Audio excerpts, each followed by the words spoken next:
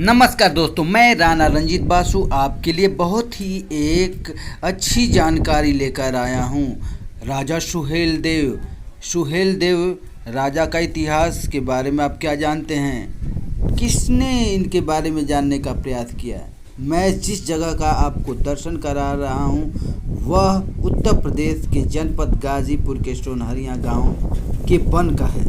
राजा सुहेल देव के बारे में मैं आपको बता रहा हूँ।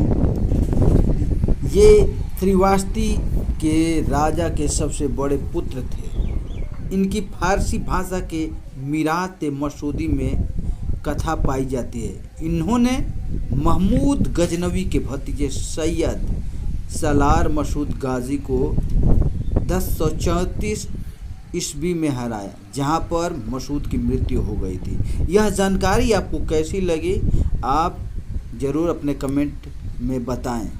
नमस्कार।